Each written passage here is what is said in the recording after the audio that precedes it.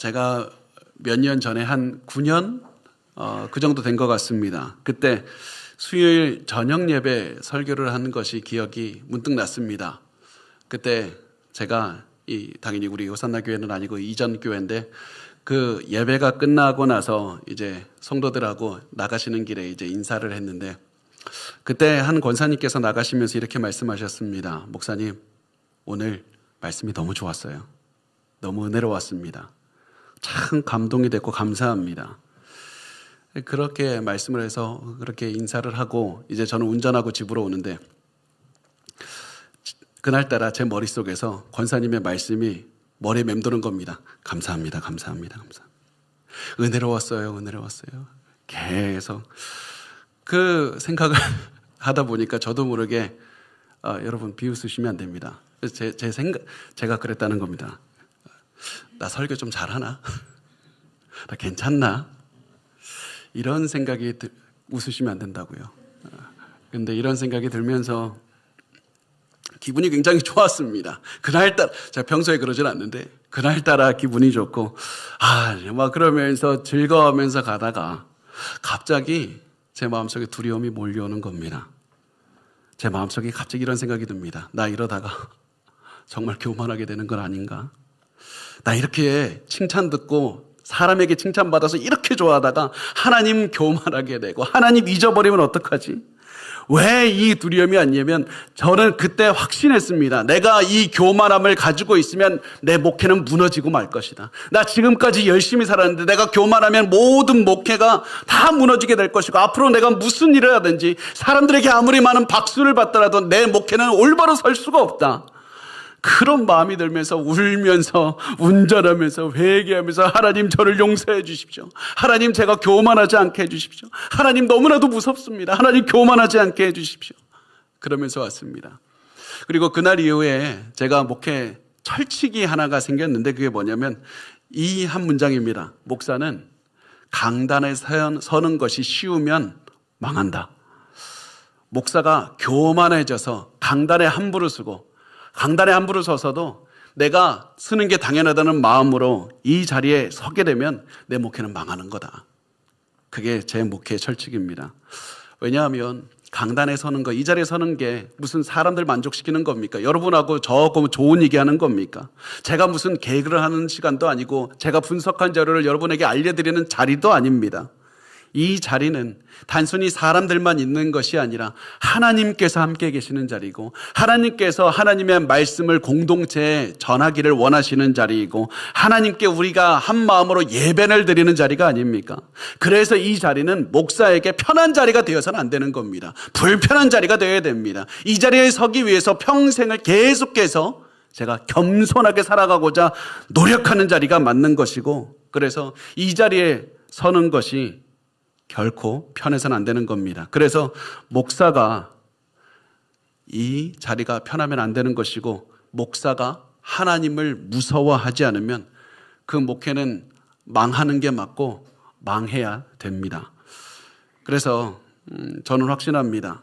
제 사역의 성공은 단순히 우리 교회가 10만 명, 100만 명 돼서 교회가 큰 교회가 돼서 사람들이 저에게 다 박수치면서 그러면 제 사역이 성공이 아니라 하나님께서 내 사역을 통해서 영광 받으실 때 그때 내가 사역의 성공인 거고 내가 겸손하게 하나님 앞에 낮출 때 그때만이 제 사역의 성공인 겁니다. 제 마음속에 이런 생각이 있어요. 내가 교만해서 지 잘난 줄 알고 주접 떨고 있으면 제 사역 실패한 거다. 제 마음이 계속 그 생각이 있었습니다. 제가 이 자리에 나오는 거 매주 그냥 쓰니까 새벽 예배도 쓰고 수요 예배도 쓰고 내가 원할 때는 쓰니까 이 자리가 편해질까 봐 전 정말 무섭습니다. 저 정말 무섭습니다. 전 강단이 편해질까 봐 두렵습니다. 성도분들이 좋은 마음으로 제 얘기 귀를 기울여 주시고 칭찬해 주시는 말씀을 들으니까 내가 당연히 하나님의 말씀을 전하고 이것이 당연해지고 성도들에게 잘 살라고 똑바로 살라고 얘기하는 게 너무나도 편해질까 봐 그게 무서운 겁니다. 제가 대단한 사람이고 나 잘 살고 있다고 착각할까 봐 무서운 겁니다. 그러면서도 평소에 이 마음 가지고 노력하면서 정신 차리려고 하면서 살다가 순식간에 제가 정신이 나가서 제가 교만해질까 봐 그리고 그게 당연하게 여길까 봐 그게 두려운 겁니다. 그리고 저는 이 두려움을 여러분도 갖기를 원합니다. 여러분도 가지셔야만 됩니다. 여러분, 그 무엇보다도 교만해질까봐 두려워하셔야 됩니다. 다른 것보다도 교만해질까봐 두려워하셔야 됩니다. 우리는 무슨 두려움을 갖고 있습니까? 사람들이 다 무시할까봐 두렵습니다. 내가 회사에서 잘 나가지 못할까봐, 사업이 성장하지 못할까봐 두렵고, 내 건강 잃을까봐 두렵고, 내가 두려워하는 모든 것들이 올까봐 두려웠는데, 우리가 정말로 두려워해야 되는 것은 하나님 앞에서 교만해질까봐 두려워해야 되는 겁니다. 어떻게 해서라도 우리는 겸손해야 됩니다. 그러면 하나님 앞에 두려워하는 게 왜 중요합니까? 하나님 앞에서 이 교만함을 갖지 않고 겸손하게 살아가야 되는 게 왜 중요합니까? 자, 교만해지는 것이 큰 문제인 이유는 우리가 교만해서 우리 자신을 높이려면 반드시 하나님이 동시에 낮아져야만 되기 때문에 그렇습니다. 우리 마음속에 내가 높아지면 높아지는 그만큼 하나님은 내 마음속에서 낮아지는 겁니다. 이것이 바로 우리가 교만을 두려워해야 되는 이유입니다. 우리도 높아지고 하나님도 높아지고 그런 방법은 존재하지 않습니다. 내가 높아지고 싶으면 반드시 내 마음속에 하나님을 낮춰야 됩니다. 하나님 앞에서 내가 낮아지는 만큼 하나님은 우리 마음속에 높아지게 되고 하나님은 우리를 통해서 영광을 받으시는 겁니다. 그러나 우리가 높아진다면 하나님을 낮추게 되고 그때부터 인생의 모든 문제가 닥쳐오기 시작합니다. 마치 뱀 수십 마리가 우리에게 몰려오듯이 우리가 하나님을 낮추는 순간, 나를 높이는 순간, 내가 교만하게 되는 순간 그동안에 우리가 생각하지 못했던 엄청난 문제들이 우리를 공격하기 시작을 합니다. 가장 먼저 하나님을 낮추면 가장 먼저 우리에게 오는 문제가 뭐냐면 우리 인생이 도덕적으로 타락하게 된다는 겁니다. 가장 먼저 예를 들면 목사가 하나님을 무서워하지 않고 강단에 서는 것을 무서워하지 않고 겸손하지 않으면 가장 무슨 생각을 하냐면 돈도 횡령하고 여자 문제도 있고 수많은 죄 가운데 살다가 그러면서 강단에 와서 회개하라고, 잘 살라고, 하나님 사랑이라고, 이런 거룩한다고 이런 얘기를 하면서 인생이 망가져서 살아가는 겁니다. 성도가 하나님을 낮추면 마음껏 평소에 죄 지으면서 살아가다가 교회 한번 나와서 내가 좋은 기도하고 눈물 한번 흘리고 찬양 부르면서 즐거운 생각하고 사람들 앞에서 경건한 척 기도한 다음에 또다시 죄 가운데서 살고 평생 이 삶을 반복하면서 왜 내 인생은 변하질 않지? 그러면서 살아가는 겁니다. 위선적인 삶이 우리의 마음에 가득하게 됩니다.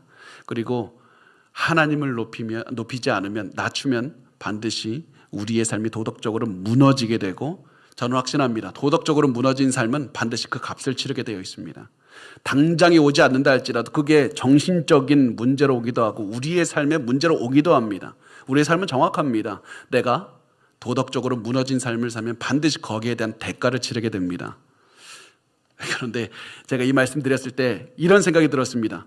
어떤 분들은 괜찮은데, 나 도덕적으로 무너져도 나 괜찮은데, 이미 무너졌는데 뭐, 이런 생각을 하실 분들이 있을 거라고 생각이 듭니다. 근데 우리가 하나님을 낮추면 우리 인생에 다른 문제가 또 찾아오게 됩니다. 그게 뭐냐면 우리의 마음이 망가지기 시작하는 겁니다. 우리의 마음이 망가집니다. 하나님을 낮추면 그때부터 불안이 찾아오게 됩니다. 두려움이 찾아오게 됩니다. 견딜 수가 없게 됩니다. 평안을 누릴 수가 없게 됩니다. 왜 그렇습니까? 나는 이 세상을 통치할 힘이 없기 때문에 그렇습니다. 이 세상을 통치하시는 하나님을 내가 낮춰버리고 내가 그 자리로 올라갔더니 내가 다 할 수 있을 줄 알았는데 내가 그 모든 두려움을 견딜 수가 없는 겁니다. 사람이 배신하는 걸 막을 능력이 나에게 없습니다. 내가 아무리 잘 살아도 좋은 음식 먹어도 내가 질병이 오지 않게 막을 수 있는 힘이 없습니다. 우리는 그래서 하나님을 낮추고 내가 높아지면 불안하게 되는 겁니다. 염려하게 되고 두려워하게 됩니다. 그렇지만 하나님을 높이면 어떤 삶이 벌어집니까? 온 세상을 하나님께서 다스린다는 사실을 기억하게 되고 하나님 앞에서 그 하나님, 내가 믿는 하나님이 이런 하나님입니다. 하나님을 더 높이고 하나님을 찬양하고 내가 낮추어지면 그 어떤 두려움도 나를 짓누르지 못하는 겁니다. 하나님을 높이게 됩니다. 내가 믿는 하나님이 온 세상을 통치하시는 분이기 때문에 그렇습니다. 그래서 우리가 어떠한 상황에서도 우리 마음을 지키고 싶다면 우리는 겸손해야 되고 하나님 앞에 교만하게 되는 것을 두려워하셔야만 됩니다. 여러분 반드시 기억하십시오. 우리가 하나님을 높이는 만큼 우리도 강해지게 되어 있습니다. 내가 강해져야지, 결단하고 좋은 생각하고 내가 힘을 내야지 한다고 해서 내가 강해지는 게 절대 아닙니다. 세상에 속지 마십시오. 누가 그런다고 해서 강해지는 사람이 어디 있습니까? 내가 용기를 가져야 되겠다고 해서 용기가 생기는 사람이 세상에 어디 있습니까? 내가 용기 있고 담대하게 되고 그런 삶의 변화는 하나님을 높일 때 나도 같이 높아지는 겁니다. 하나님을 높이는 딱 그만큼만 우리는 담대하게 되고 하나님을 높이는 딱 그만큼만 우리가 기뻐하게 되고 평안함을 체험하게 됩니다. 그러나 내가 높아지는 딱 그만큼 나는 약하게 되는 겁니다. 그래서 우리가 기억해야 될 것은 우리가 언제 어디를 가든지 하나님만 높이고 나는 겸손하게 낮아져야 된다는 겁니다. 그리고 이것이 오늘 본문을 통해서 하나님께서 하시는 말씀입니다. 오늘 하나님께서는 성도들에게 겸손해야 돼, 절대 교만해서는 안 돼, 이 말씀을 하십니다. 그리고 하나님께서 이 말씀을 하시는 이 배경이 있는데 이게 뭐냐면 이 바울이 이 당시에 우리가 지금 묵상하고 있는 로마에 있는 교회에 편지를 쓰고 있습니다. 그런데 이 당시에는 로마 교회의 대부분의 성도가 이방인 출신의 그리스도인이었습니다. 유대인 출신의 그리스도인들은 소수였고 이방인 출신, 유대인이 아닌 사람들이 예수를 믿고 그래서 교회의 일원이 된 사람들이 대다수였습니다. 이런 모습을 보면서 이방인 출신의 성도들이 이런 생각을 했던 것 같습니다. 이스라엘, 복음 거부했잖아. 하나님 버렸어. 하나님이 저런 사람들 버렸어. 이제 저런들에게 구원이 있을 리가 없다. 이제 이방인들이 이렇게 많은 걸 봐라. 이방인들에게 복음을 주시고 이 유대인들, 이스라엘 사람들이 이제 하나님의 버려짐을 받았다.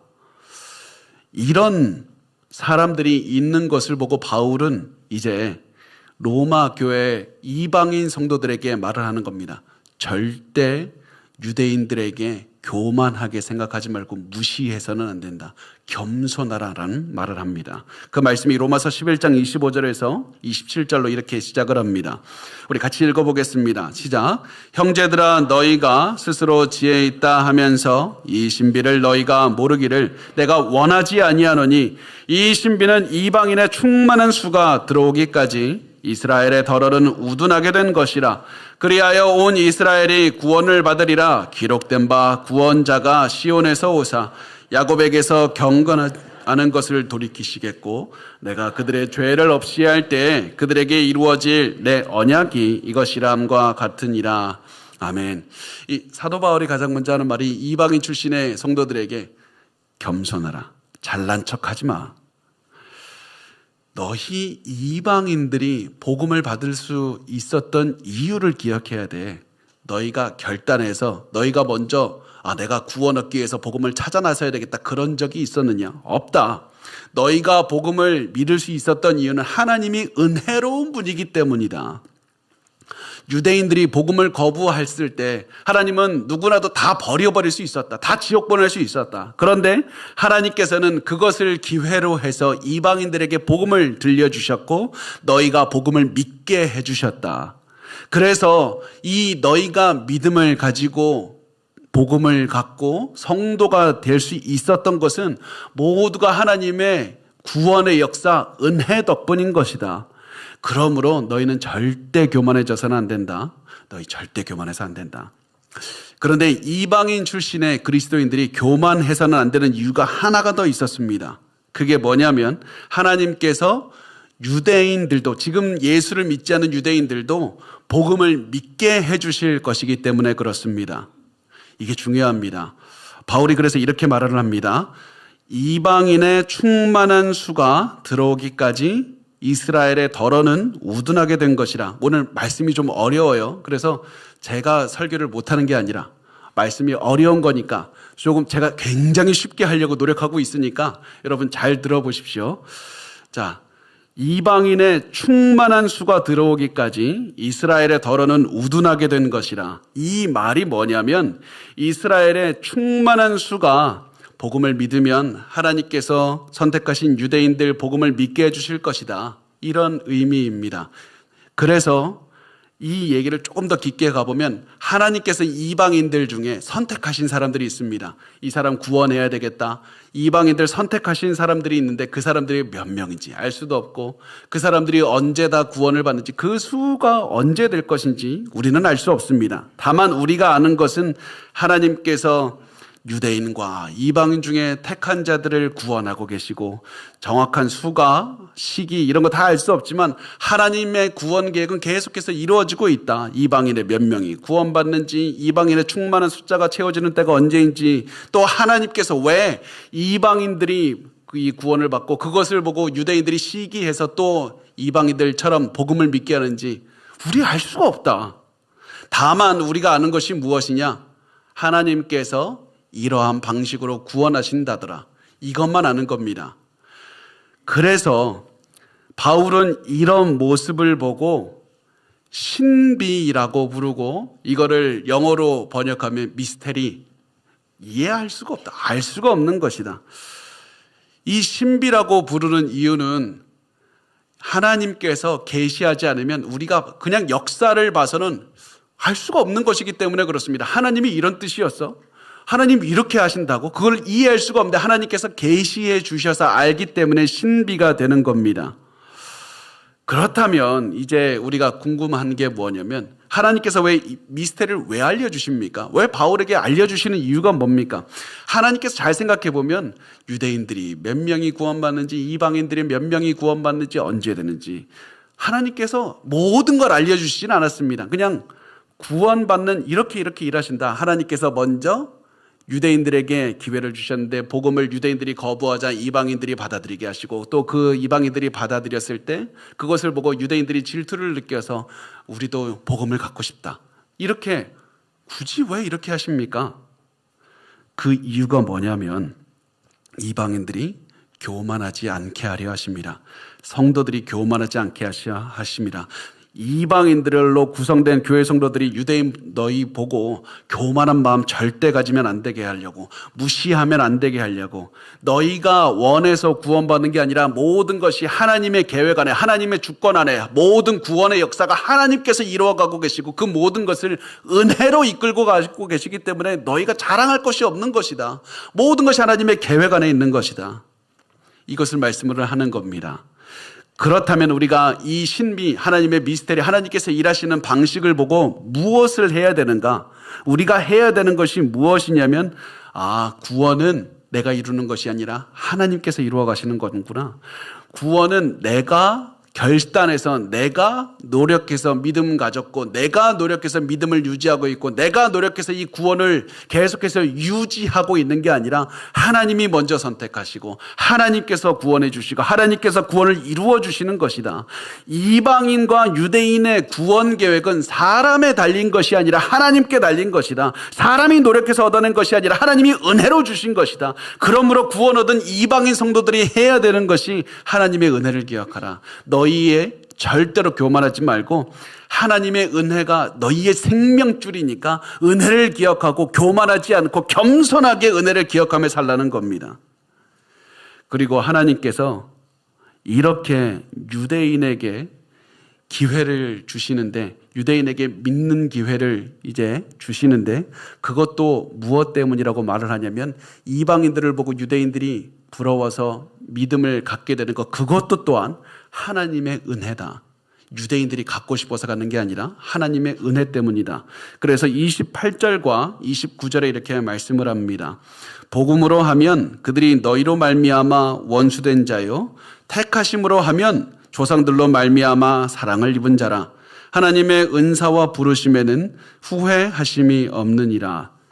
자, 여러분, 이 말씀이 사실은 굉장히 어렵고 그래서 많은 학자들이 굉장히 다양한 의견들이 제시하고 굉장히 이 학문적으로도 굉장히 복잡합니다. 제가 천천히 쉽게 해볼 테니까 여러분 잘 들어주십시오. 이 복음으로 하면 그들이 너희로 말미암아 원수된 자요. 이 말이 나오는데 이 말을 바울을 통해서 이방인 성도들이 들었을 때 저는 그 이방인 성도들이 깜짝 놀랐을 것이라고 생각을 합니다. 왜냐하면 그들이 너희로 말미암아 원수된 자라. 무슨 원수입니까? 복음을 거부하는 원수, 복음 방해를 거부하는 원수. 유대인들이 너희 이방인에게 복음을 전하기 위해서 먼저 복음을 거부했다. 하나님께서 이 유대인들의 마음을 완악하게 하시고 우둔하게 하셔서 복음을 받아들이지 않게 하시고 그 다음에 이방인들이 그래서 복음을 받아들이게 되었던 겁니다. 그들이 너희로 말미암아 너희 때문에 원수가 되었다. 그렇지만 하나님은 여전히 유대인들을 버리지 않으신다. 왜냐하면 아무리 지금 유대인들이 하나님께 불순종해서 하나님을 믿지 않아서 복음을 거부해서 지금 이방인들이 복음을 믿고 살아가고 있지만, 그래서 유대인들은 복음을 거부하고 있지만 그래도 하나님은 그들을 버린 것이 아니다. 왜냐하면 하나님께서 그들의 조상과 맺은 언약, 그들과 맺은 언약을 기억하시기 때문인 겁니다. 그래서 하나님께서 뭐라고 합니까? 조상들로 말미암아 사랑을 입은 자라. 하나님께서 그들에게 조상에게 언약을 주셨다. 하나님 그 언약을 기억하시는 분이고 지키시는 분이라는 겁니다. 그래서 하나님께서는 유대인들을 버리지 않고 유대인들을 구원하실 거라고 말씀을 합니다. 자, 여기에서 우리가 잘 들으셔야 되는 것이, 제가 잘 들으라고 계속 강조하는 이유가 뭡니까? 여러분의 눈은 저를 안 듣고 있어요. 얼굴은 저를 보고 있는데 지금 안 듣고 있어요. 자, 어떤 사람들이 있냐면 유대인들은 나중에 하나님께서 무조건 구원하실 것이다, 이런 사람들이 있어요. 유대인들은, 우리 그리스도인들을, 이방인들은 믿음을 통해서 구원을 받지만 어떤 사람들은 유대인이니까 하나님께서 그냥 그들은 다른 루트로 해서 무조건 구원을 주신다. 잘못된 겁니다. 거기에 속으시면 안 됩니다. 유대인이나 이방인이나 구원을 얻는 유일한 방법은 예수 그리스도의 보혈을 믿는 것, 복음을 믿는 것밖에 없습니다. 그래서 하나님께서는 이방인에게도 복음을 통해서 구원 얻게 하시고 유대인도 그 복음을 얻어서 구원을 얻게 하시는 겁니다. 왜 이렇게 하십니까? 하나님께서 유대인들에게 주신 언약이 있기 때문에 그들을 포기하지 않는 겁니다. 모든 유대인들을 그렇다고 또 구원시키는 게 아니라 하나님이 선택하신 사람들만 구원을 받는 겁니다. 모든 사람이 구원 얻지 않습니다. 하나님께서 선택하신 유대인들을 중간에 버리거나 포기하지 않으십니다. 예수 그리스도의 믿음을 갖게 하시고 회심해서 구원을 얻게 하시는 겁니다. 자, 이렇게 해서 잘 보십시오. 복음을 거절해서 유대인이 복음을 거절했을 때 이방인이 복음을 받아서 구원을 얻었고, 이방인이 복음을 얻자 그거를 또 유대인들이 보고 복음을 믿고 구원을 얻습니다. 이렇게 하는 이유가 뭐겠습니까? 누구도 자신이 얻은 구원을 자랑할 수 없게 만드는 겁니다. 내가 거부한 복음을 이방인이 받았어요. 그리고 그 이방인이 받은 복음을 내가 부러워해서 유대인들이 또 그것을 복음을 믿게 됩니다. 그 누구도 내가 노력해서 내가 먼저 하나님의 복음을 받아들인 적이 없고, 우리가 자랑할 수 있는 것은 하나님의 긍휼, 하나님의 은혜, 하나님이 나에게 이루어 주셨다, 이 자랑밖에 할 수가 없는 겁니다. 하나님의 높으심을 자랑할 수밖에 없고 나의 교만이 들어갈 곳이 없습니다.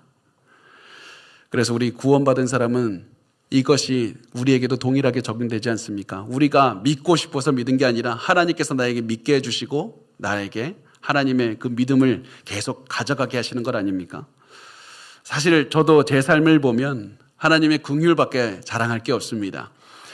제가 성도들이 저에게 모태신앙이세요라고 물어볼 때마다 제가 고민하게 됩니다. 제가 3살 때부터 교회를 다녔거든요.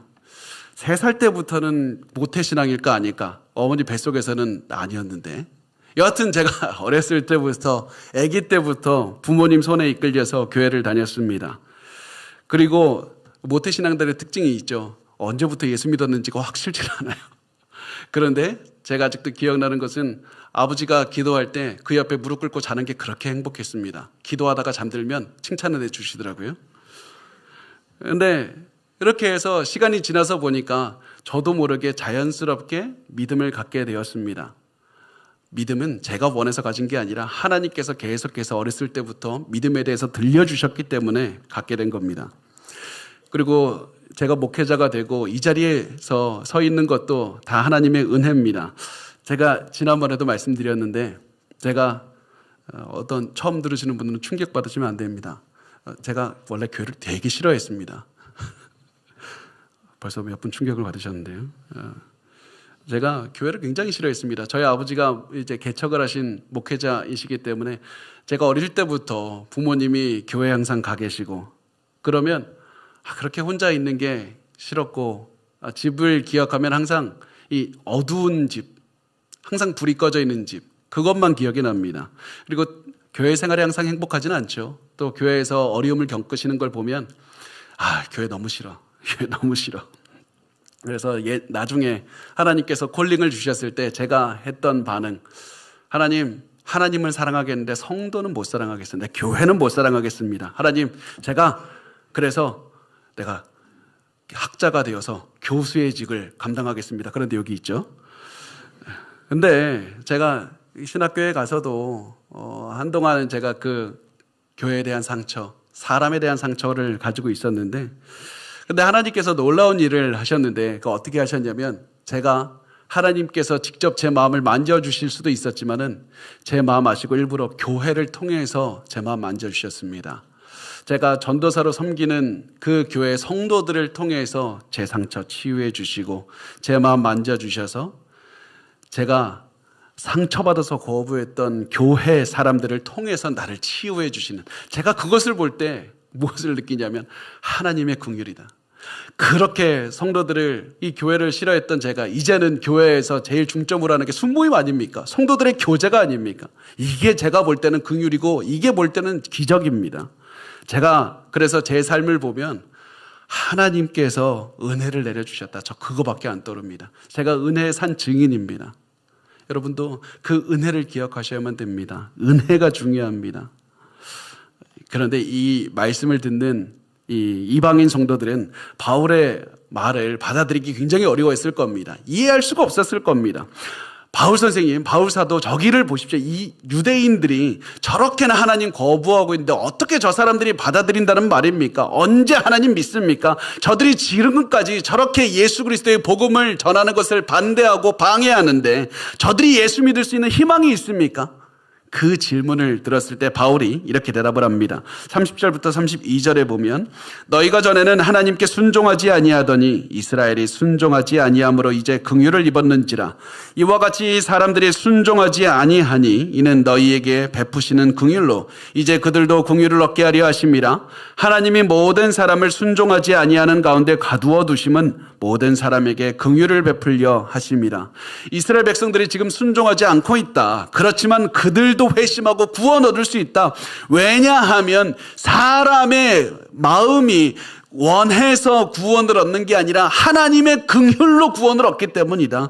그 누구도 구원을 얻을 수 있는 자격이 없고 복음을 믿고 구원을 얻더라도 계속해서 죄를 지니까 구원을 박탈당하는 게 당연한 인생을 누구라도 살아간다. 그런데 우리가 어떻게, 너희는 어떻게 구원을 얻었고 너희는 구원 얻은 다음에도 죄를 짓고 살아가는데 어떻게 구원을 유지하고 살아가느냐? 하나님의 긍휼, 하나님의 은혜 때문이다. 이것이 바로 유대인들이 아무리 예수 그리스도를 반대해도 여전히 구원을 받을 수 있는 이유가 됩니다. 비록 유대인들이 지금 예수 믿지 않고 살아간다 할지라도 그들의 불순종이 구원 얻지 못할 이유가 되는 게 아닙니다. 왜냐하면 유대인들이 구원 얻을 유일한 이유는 하나님의 은혜밖에 없기 때문이고 하나님의 선택밖에 없기 때문에 그렇습니다. 그래서 하나님께서는 이방인이나 유대인이나 차별하지 않고 예수 그리스도 안에서 선택을 받고 복음을 믿는 사람, 그리스도를 영접하는 사람은 누구든지 구원을 해주신다는 겁니다. 아마 바울이 이렇게 얘기를 한 다음에 자신이 말한 것을 가만히 생각해 봤을 겁니다. 하나님께서 모든 사람을 은혜로 구원하신다. 유대인이 거절한 복음을 이방인에게 믿게 하시고 또 그것을 보고 유대인들도 복음을 믿게 하신다. 놀랍지 않습니까? 누가 과연 이런 생각을 하겠습니까? 어떻게 구원이 이렇게 이루어지는가? 아무도 예상하지 못하는 방식으로 하나님께서 이루신다. 이게 말이 되는가? 감탄했을 겁니다. 그런데 바울의 가슴 한켠에는 이런 생각도 있었을 겁니다. 하나님, 내가 이해하지 못하는 것들이 있습니다. 하나님, 도대체 몇 명 구원하실 건데요? 언제 이루어질 겁니까? 언제 예수님 재림하실 겁니까? 언제 모든 것이 이루어질 겁니까? 하나님께서는 모든 것을 바울에게 알려주지 않으셨습니다. 그래서 바울도 유대인의 그리고 이방인의 구원에 대해서 자세하게 모든 것을 하나하나 설명할 수도 없었고 하나님의 모든 계획도 알 수 없었습니다. 왜 그렇습니까? 바울도 하나님이 아니기 때문에 하나님의 지혜를 알 수 없기 때문에 그래서 바울도 모든 것을 알 수는 없었고 모든 것을 설명할 수 없었고 그래서 바울도 가슴 한편으로는 하나님에 대해서 감탄했지만 마음 한편으로는 굉장히 궁금했던 겁니다. 하나님 내가 잘 모르겠습니다. 이때 바울이 보였던 반응이 중요합니다. 이때 반응이 어떤 반응을 보였는가?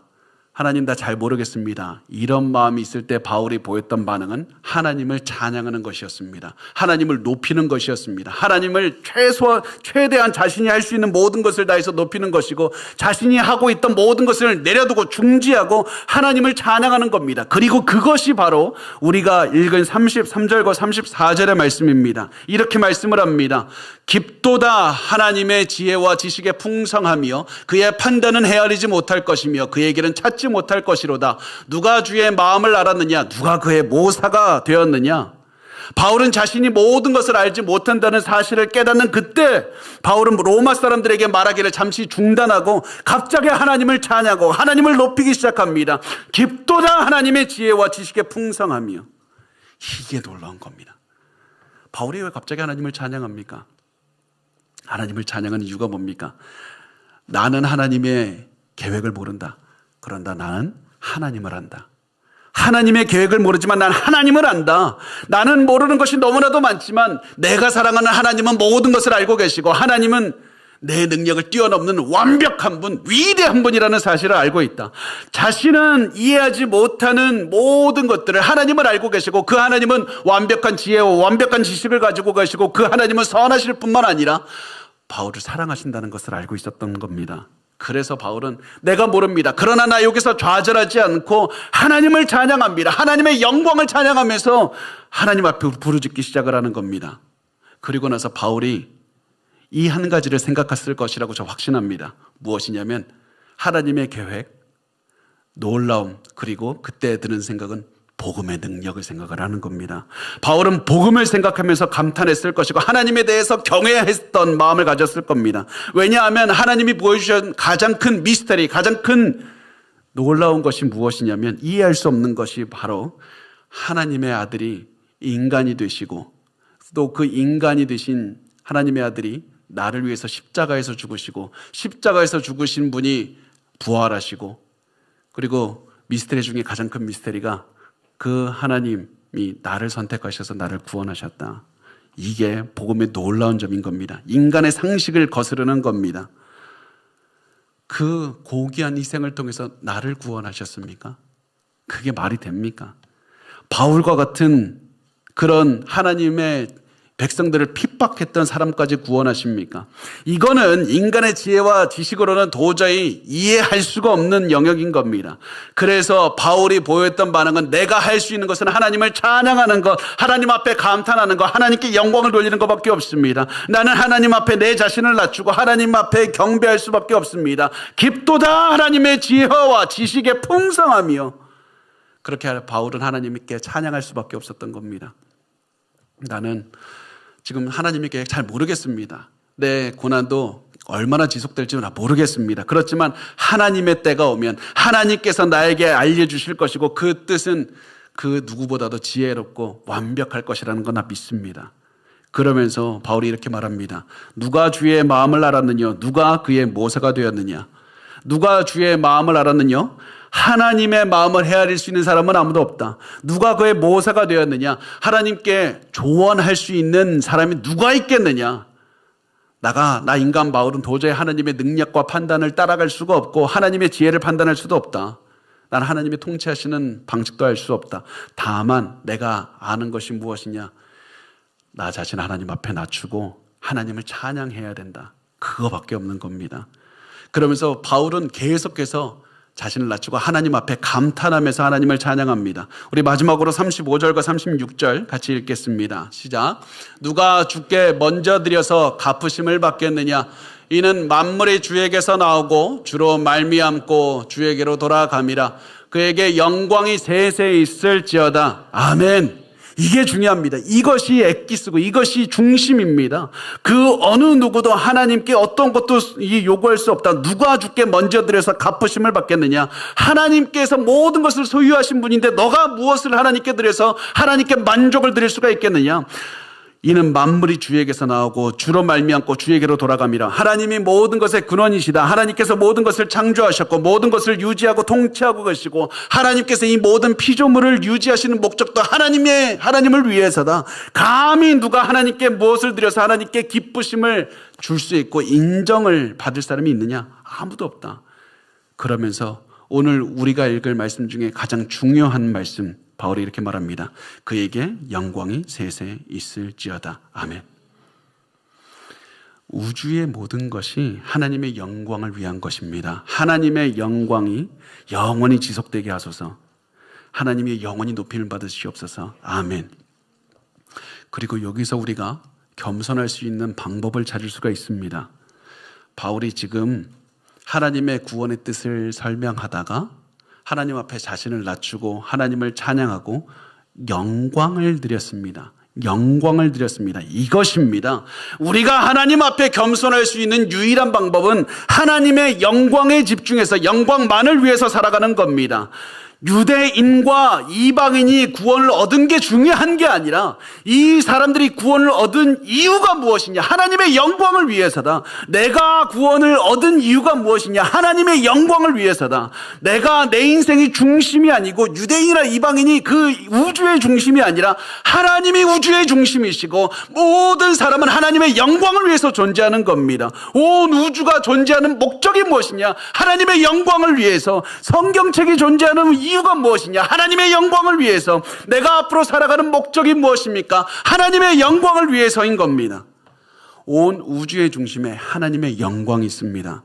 그래서 우리가 다짐해야 됩니다. 나는 앞으로 하나님의 영광을 위해서 살겠습니다. 아멘. 하나님께 영광을 돌리는 나의 목표를 이루어 주시옵소서. 아멘. 이러면서 살아가야 되는 겁니다. 그리고 이것이 오늘 우리가 나누는 본문의 핵심입니다. 만약에 우리가 하나님의 영광을 위해 살아가야 된다. 내가 세상의 중심이 아니라 이거를 모르고 그냥 하나님의 영광을 위해서 앞으로 살아가겠습니다. 이거 다짐 못하면 우리 지금까지 시간 낭비한 겁니다. 로마서 1장부터 11장까지 여러분 아무것도 이해하지 못한 겁니다. 온 우주의 중심에는 하나님의 영광이 있고 나도 하나님의 영광을 위해서 존재하고 나는 앞으로 하나님의 영광을 위해서 살겠습니다. 이게 가장 중요한 것이고 이 다짐을 해야 우리가 겸손하게 살아갈 수가 있고 하나님만 높일 수가 있습니다. 우리 이 사실을 머리에 반드시 기억하십시오. 새기십시오. 마음에 그려놓으셔야 됩니다. 심장에 새겨놔야만 됩니다. 왜 그렇습니까? 우리는 뼛속까지 이기적인 사람들이기 때문에 그렇습니다. 가만히 두면 알아서 우리의 영광, 우리가 중심인 삶, 우주의 중심은 나다. 그런 마음으로 살아가게 될 것이고 하나님을 멀리하게 될 겁니다. 우리는 어떻게 해서든지 하나님의 영광만을 위해 살아가겠다고 다짐하셔야 되고 하나님을 가장 높이고 나를 낮춰야 되는 겁니다. 이게 우리가 할 수 있는 가장 하나님을 높이는 방법입니다. 그래서 여러분, 이 바흐가 자신의 쓴 그 악보마다 작품마다 SDG, Soli Deo Gloria, 하나님의 영광을 위하여 이렇게 썼던 것을 기억하시기 바랍니다. 우리도 무엇을 하든지 내가 하는 일마다 내가 하는 모든 것마다 Soli Deo Gloria, 하나님의 영광을 위해서 내가 살아갑니다. 이 사실을 우리가 살아내야 되는 겁니다. 자, 그러면 마지막으로 우리가 어떻게 하나님의 영광을 위해 살 수 있는가? 하나님의 영광을 위해 사는 게 도대체 뭡니까? 존 프레임이라는 학자가 있는데요, 조직신학책에서 이렇게 말합니다. 좀 말이 어려운데 읽어보겠습니다. 우리의 말과 삶은 하나님에게 찬송을 가져가는데, 우리의 말과 삶이 하나님께 찬송을 가져가는데 이것이 이 세상에 하나님의 영광의 빛을 보여주기 때문이다. 그렇다면 하나님을 영화롭게 하는 것은 단순히 그분에게 순종하는 것이고 따라서 우리의 말과 행동으로 그분의 위대함을 선포하는 것이다. 우리의 말과 행동으로 하나님께 순종하는 것을 통해서 하나님께서 영광을 받아주시는 겁니다. 하나님의 사랑, 하나님의 인자하심, 하나님의 놀라우신 은혜, 이 모든 것들을 우리 입과 몸으로 살아내는 겁니다. 그러면 말씀에 순종하는 우리를 통해서 세상 사람들은 하나님이 어떠한 분인지 우리의 몸과 우리의 입을 통해서 보게 될 겁니다. 하나님의 선하심과 위대하심과 인자하심을 알게 될 겁니다. 그리고 그들은 하나님을 찬양하게 될 겁니다. 이것이 우리가 하나님께 영광을 돌리는 방식입니다. 이렇게 하나님께 영광을 돌리셔야만 됩니다. 제가 최근에 하나님께 기도하다가 문득 제가 깨닫게 되는 것 하나가 있었습니다. 기도하다가 갑자기 깨닫게 되는 게, 하나님은 응답을 주실 때 그 응답이 방향성이 있다. 하나님은 항상 나를 내가 두려워하는 곳으로 이끄시더라. 그게 문득 깨달아졌습니다. 하나님은 내가 가장 가기 싫어하는 곳, 가장 두려워하는 곳으로 나를 이끄신다. 내가 용서하기 싫은 사람에게 이끄시고, 사랑하기 싫은 사람에게 이끄시고, 내가 포기하고 싶지 않은 것을 포기하게 하시고, 내가 가고 싶지 않은 것을 가게 하신다. 왜 그럴까? 도대체 왜 그럴까? 거기서는 하나님만 의지할 수밖에 없기 때문에 그렇습니다. 내가 가장 두려워하는 그곳에서는 나의 무력함을 철저하게 인정할 수밖에 없고 하나님의 능력만 의지할 수밖에 없습니다. 그리고 내가 하나님을 의지할 때 나의 약함을 인정하고 하나님을 높일 때 하나님은 불가능을 가능하게 하시는 것을 체험하게 하시는 겁니다. 그래서 하나님께서는 내가 두려워하는 곳으로 가게 하셔서 내가 순종해서 하나님의 뜻을 따라서 갈 때마다 하나님의 위대하심을 체험하게 하시고 하나님께 영광을 돌리게 하시고 내가 가장 낮아지게 하셨던 겁니다. 그래서 여러분, 이제 우리 말씀을 맞추면서 반드시 우리 다짐하시기 바랍니다. 나는 내가 지금 어디에 있든지 나를 낮추고 하나님의 영광에 집중할 것이다. 내가 질병이 들었든 내가 상황이 안 좋든 사람들이 나를 비난하든 내가 높아지고 내가 결단하고 내가 강해지는 것이 아니라 하나님을 높일 것이다. 하나님의 영광을 드러낼 것이다. 나를 통해서 하나님의 영광을 높일 것이다. 그것이 우리가 가장 낮아질 수 있는 방법이고 하나님을 가장 높일 수 있는 방법입니다. 그렇게 하나님께 순종해서 하나님의 영광을 위해서 살아가면 지금까지 우리가 알지 못했던 담대함과 여유와 평안함을 체험하게 될 겁니다. 여러분을 인도하시는 하나님의 능력을 체험하게 될 겁니다. 그리고 여러분의 그런 삶을 보면서 여러분 주변 사람들은 하나님을 찬양할 것이고 하나님께 영광 돌릴 겁니다. 우리 그 날을 기대하면서 우리 하나씩 하나님 앞에 순종하는 마음으로 걸어가셨으면 좋겠습니다. 여러분, 우리가 지금 기억할 것은 우리가 낮아지고 하나님만 높이며 영광을 드리는 겁니다. 그렇게 살면 됩니다. 자, 우리